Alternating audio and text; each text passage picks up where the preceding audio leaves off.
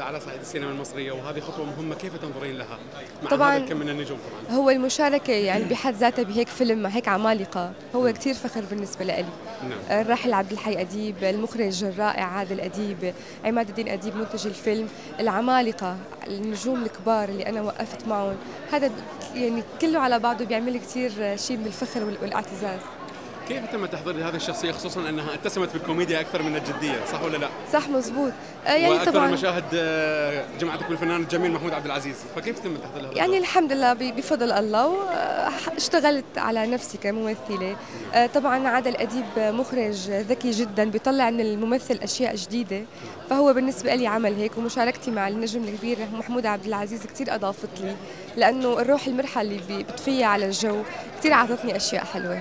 كان في تعاطف كبير مع القضية العراقية في هذا الفيلم، وأخذت حيز كبير من موضوع الفيلم، كيف نظرتم إلى هذه القضية، خصوصا موضوع سجن المغرب؟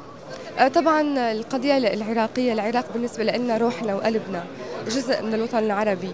فأكيد سواء بفيلم سينمائي ولا بدراما ولا بصحافة ولا بمقالة ولا بأي شيء، العراق بتعنينا، حديثنا بكل بيت وبكل شارع هو العراق، فأكيد لازم نحكي هذا الشيء سواء بشكل شخصي ولا بشكل علني بالميديا. ختاما نتمنى لك الموفقية والنجاح، وحاب أسمع منك كلمة لقناة الحرية ولشعب العراق. تحياتي لكل الشعب العراقي، قلبي معكم وقلب كل إنسان سوري وعربي معكم. العراق بلد الحضارات، بلد التاريخ، بلد العظمة، فأكيد هذا التاريخ ما رح يروح، لأنه أي بلد بدون أساس صعب أنه يتطور. كلياتنا أمل أنه العراق يرجع كبير مثل ما كان بإذن الله.